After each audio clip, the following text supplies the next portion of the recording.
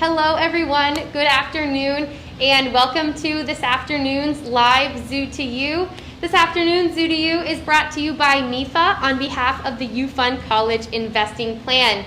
My name is Lexi, I am an educator here at the Stone Zoo, and I am here with a zookeeper. Hi, my name is Kim, and I'm one of the lead zookeepers here, and I'm one of our black bears keepers, Smoky and Bubba. Awesome. Well, I just wanted to apologize again for our technical difficulties this morning with the single-digit temperatures and the wind chill bringing it below zero. Both our phone and microphone unfortunately died.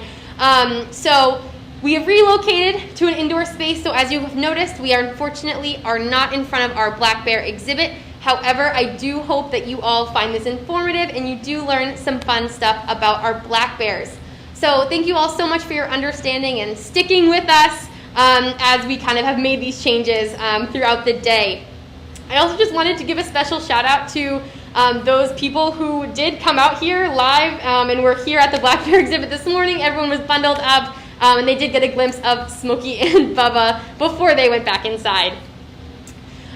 So now we're going to get an inside scoop about our black bear brothers, Smoky and Bubba, as we continue their 16th birthday celebration. So Kim, we're just going to dive right in with some questions about the bears. Great. I've prepared some, and we also have some from some folks on Facebook. Awesome.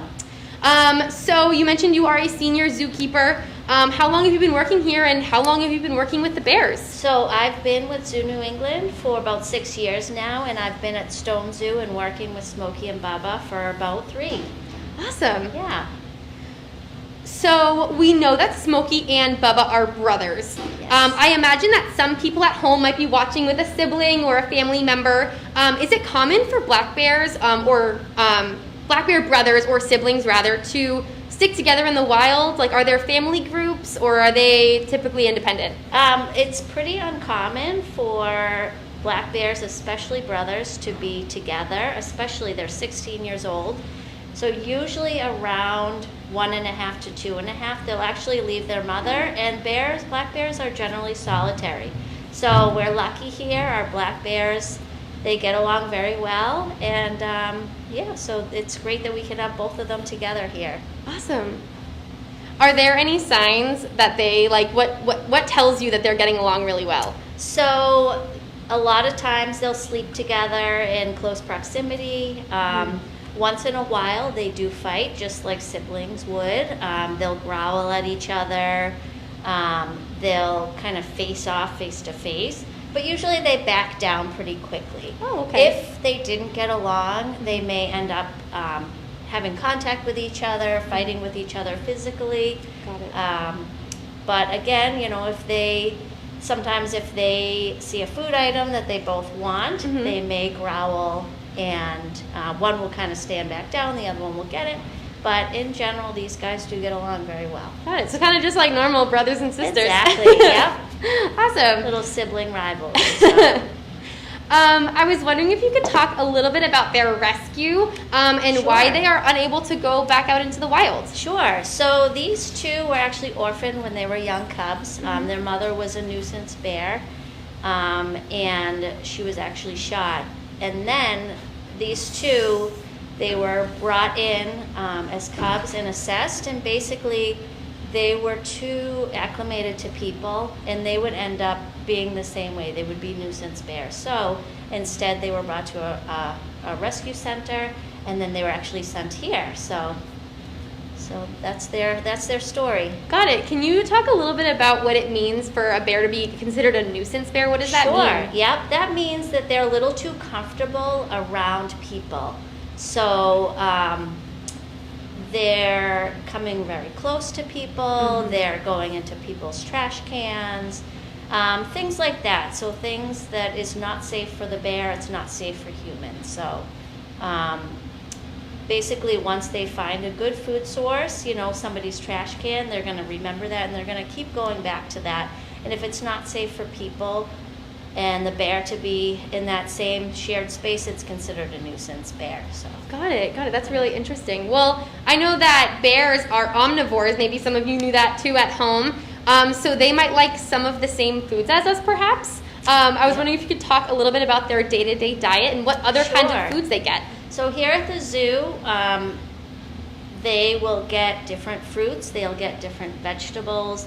They also get something called omnivore chow. This is a chow, kind of like a dog food, but it has everything an omnivore would need. So different vitamins, minerals, things like that, carbohydrates, fat, all that. It's a balanced diet. But we also will give them lettuce, apples, sweet potatoes, sometimes squash. They are omnivores, so they don't just get fruits and vegetables. They also get they get meats. Sometimes we give them extra things. They do love peppers. We'll give them honey. I don't know if you guys know, but these black bears do love honey. Sometimes they'll eat some fish. It depends on their mood.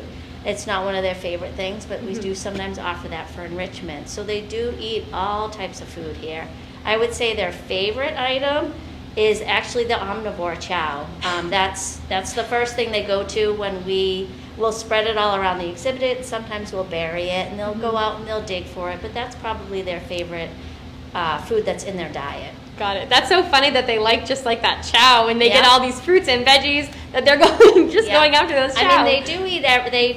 They do like to eat. They'll eat everything, but the first thing they go to is that chow. Got it. So I heard you mention that sometimes you scatter their food throughout their We do, exhibit. yeah. Are there other ways that you kind of give them their diet differently, so they have to eat it in a different way? yeah, so we'll scatter it throughout. Sometimes we'll bury it. Sometimes we put it inside big balls. We'll put it inside different toys. We do have a ball on a pipe, and they have to spin it to get the food out. Sometimes we'll put big hay piles, and we will hide it in there. So there's lots of things. We'll put it up high. If they have a little tree in there, we'll put it up there. Sometimes in the summertime when their pool is full, we'll put it in the pool, so they have to go for a dip to get it out. So we've got lots of different options to offer them their food, just to encourage that natural foraging behavior. So Absolutely. yeah. Awesome. We've got a couple of questions from some folks on Facebook wondering about the training of the bears. So Kara S. and Derek B., thank you so much for your questions on Facebook. Thank you. Kara was wondering what kind of training do they get? And Derek was wondering if they get rewards like food or if there's something else that they prefer when they do a good job. So they are very food driven. So Okay. their main reward for any training is food. And generally we just use their diet. The things that we ask them to do are behaviors that we call like husbandry behaviors or medical behaviors. So things like opening their mouth so we can get a good look inside at their teeth, at their gums. It's very important for health to look at these things. We also do things like presenting the shoulder or the hip, and that would be useful for any vaccines that they may get. Things like that. We also do paws up so we can check the health of their pads. We also ask them to stand up, and that's another thing. We can get a good look at their body condition. So all these things that we need, since we can't get our hands on the bears to kind of feel them and assess them, we use these to get a good overview of their health. Got it. So. Well, I've got another kind of good follow-up for that. Lauren, I see your question on Facebook. Thank you for sending that over. Lauren was wondering, does that mean, when we were mentioning earlier how they are used to people, it looks like she's wondering if the keepers can get a little bit more hands-on since they're comfortable with people. I heard you just mention that you can't quite touch them. We can't actually go in with the bear. Bears are very dangerous. To be free contact with them is just not possible. We are able to touch their fur a little bit safely. If their face is, up here, we could touch their shoulder to practice for injection, things like that.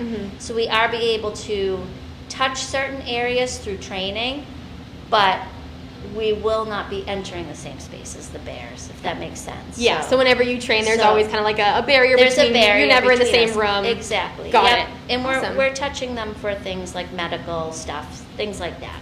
So Awesome. yeah. So given that it's really, really cold out today, I definitely believe that some people are wondering about hibernation.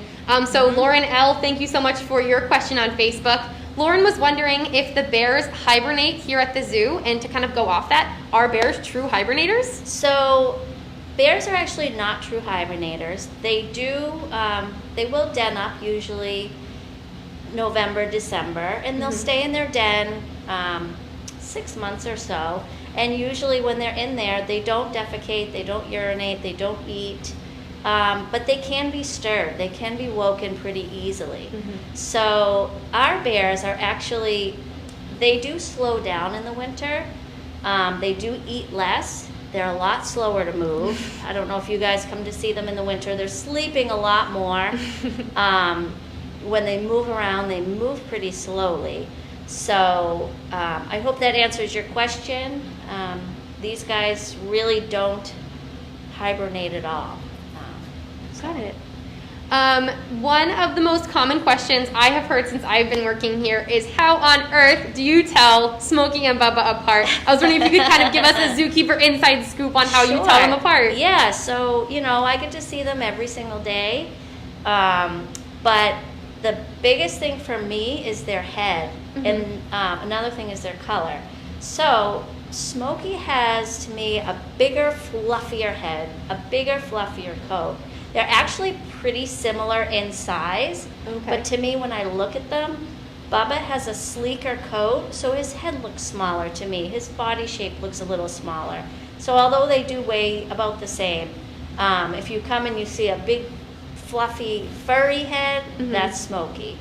Bubba is also a little blacker in color. Smokey has a little more brown in him. So that's another way that we can tell them apart. Interesting. So, yeah.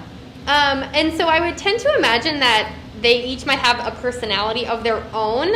Since you've been spending so much time with Smoky and Bubba, is that the case? Do you find that they have differing personality traits? Yeah, definitely. I mean, they both have their bear traits. They do a lot of things that bears would do, but they also, I would say, Smokey is a little more chill, if we want to use that word, and then Bubba's a little bit more higher energy than Smokey. He does a little bit more exploring around the exhibit, things like that. So, got it. Yeah, that's really awesome. Well, I see some other questions coming in on Facebook. Anne was wondering how old they are today. I can tell you they are turning 16. And then we had a follow-up to that from Krista. How old do black bears live in captivity? So they can live from 20 to 25 usually. Got it. Yeah. Awesome. Well, I'll have one more question, but I had planned to answer that this morning, so I'll just go ahead and do that if that's okay with you. Yeah, sure. Will R. was wondering if there is any relation from Smoky and Bubba to the University of Maine black bears. So Will, thank you for your question. What I can tell you is that Smoky and Bubba were born in Georgia in around 2006, and the black bear that kind of became the mascot for Maine was born in 1914 near Mount Katahdin up in Maine. So no relation other than the fact that they are both black bears. That's a great question. Thank you. All right, well, that is all the questions that we have today. Thank you all so much for tuning in. Today's Zoo to You is brought to you by MIFA on behalf of the U Fund College Investing Plan. So a big thank you to MIFA as always. I hope you've enjoyed learning about Smoky and Bubba this afternoon. Again, apologies for our technical difficulties this morning, but a big happy birthday to Smoky and Bubba. Thank you to Kim for sitting down with us. And happy birthday to them. All right, we will see you all next time. Bye. Bye.